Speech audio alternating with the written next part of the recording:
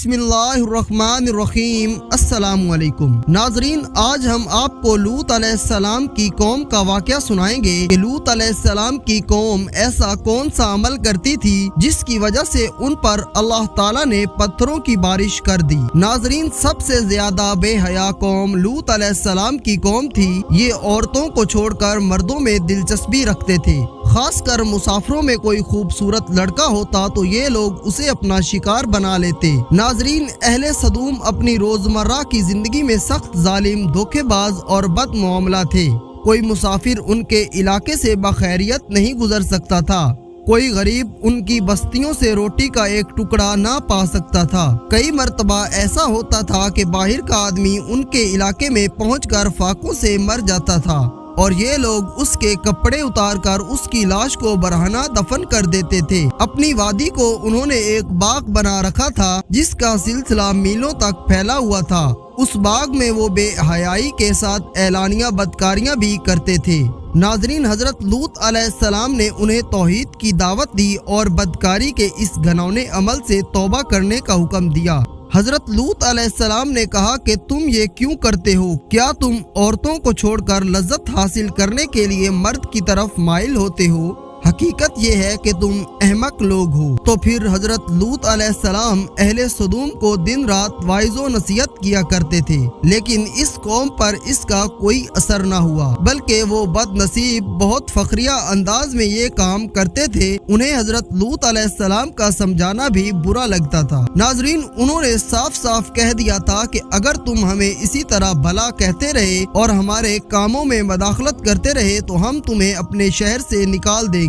हजरत लूत अलैहिस्सलाम ने नसीहत और तबलीग का सिलसिला जारी रखा। लिहाजा एक दिन अहले सदूम ने खुद ही अज़ाब इलाही का मुतालबा कर दिया। अल्लाह ताला ने अब तक उनके लिए इस बदतरीन अमले फहाशी और बदकारी के बावजूद ढील दे रखी थी, लेकिन जब उन्होंने हजरत लूत अलैहिस्सलाम से एक दिन कहा कि अगर तुम सच्चे हो तो हम पर अजाब ले आओ, उन पर अजाब इलाही का फैसला हो गया। अल्लाह ने अपने खास फरिश्तों को दुनिया की तरफ रवाना कर दिया। ये फरिश्ते दरअसल हजरत मीकाईल अलैहिस्सलाम और हजरत जिब्राईल अलैहिस्सलाम थे। फिर ये फरिश्ते हजरत लूत अलैहिस्सलाम के घर तशरीफ ले आए। हजरत लूत अलैहिस्सलाम ने जब उन खूबसूरत नौउम्र लड़कों को देखा तो सख्त घबराहट और परेशानी में मुब्तला हो गए। उन्हें ये खतरा महसूस होने लगा कि अगर उनकी कौम के लोगों ने उन्हें देख लिया तो ना जाने वो उनके साथ कैसा सलूक करेंगे। हजरत लूत अलैहिस्सलाम की बीवी का नाम वाइला था। उसने उस पर ईमान नहीं लाया था। वो दरअसल मुनाफिका थी। वो काफिरों के साथ थी, लिहाजा उसने जाकर अहले सदूम को ये खबर भी दे दी।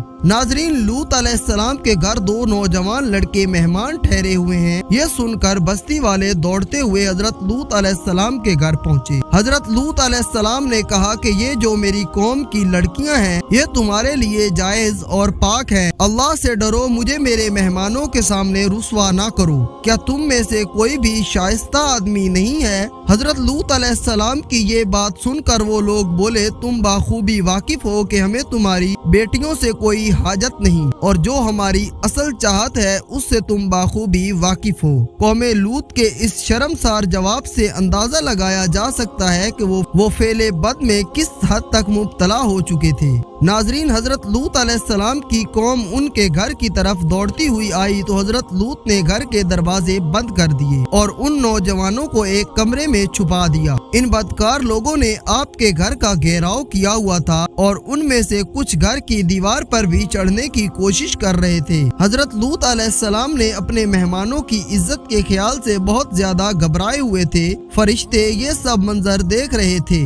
जब उन्होंने हजरत लूत अलैहिस्सलाम की बेबसी देखी और परेशानी का ये आलम देखा तो हकीकत से पर्दा उठाते हुए यूं फरमाया, ए लूत, हम तुम्हारे रब के भेजे हुए फरिश्ते हैं। ये लोग हरगिज तुम तक नहीं पहुंच सकेंगे।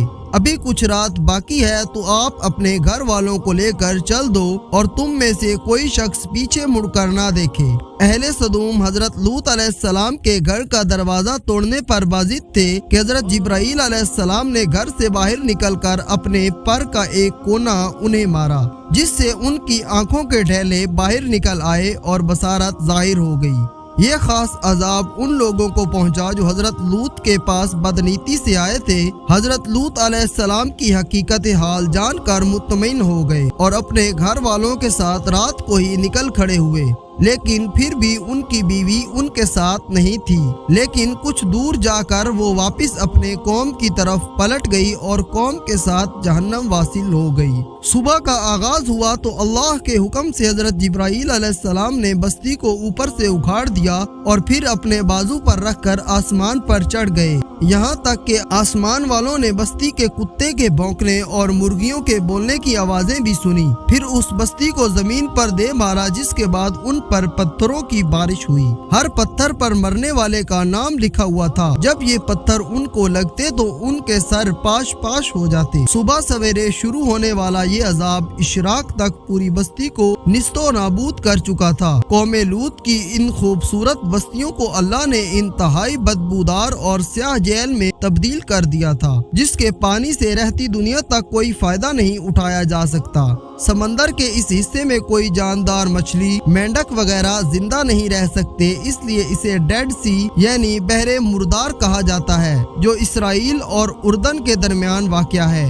ماہرین آثار نے 10 سالوں کی تحقیق و جستجو کے بعد اس تباہ شدہ شہر کو دریافت کیا تھا۔ تحقیقات سے پتہ چلا کہ اس شہر میں زندگی بالکل ختم ہو چکی تھی۔ شہر کے راستے اور کھنڈرات کو دیکھ کر آرکیولوجسٹ نے یہ اندازہ لگایا کہ جب یہ شہر تباہ ہوا تو اس وقت لوگ روزمرہ کے معاملات اور کاموں میں مشغول تھے اور یہاں زندگی اچانک ختم ہو گئی تھی۔ اہل سدوم جنہیں پتھر بنا دیا گیا تھا، ان کے بت ابھی تک بحیرہ مردار کے پاس موجود ہیں، جو لوگوں کے لیے ایک عبرت ہے۔ آج یورپی ممالک میں انسانی آزادی کے نام پر اس بدکاری کی اجازت دی جاتی ہے اور اس فحش عمل کو باعث فخر سمجھا جاتا ہے۔ روایتوں کے مطابق ایک مرتبہ حضرت سلیمان علیہ السلام نے شیطان سے پوچھا، اللہ کے نزدیک سب سے بدترین عمل کیا ہے؟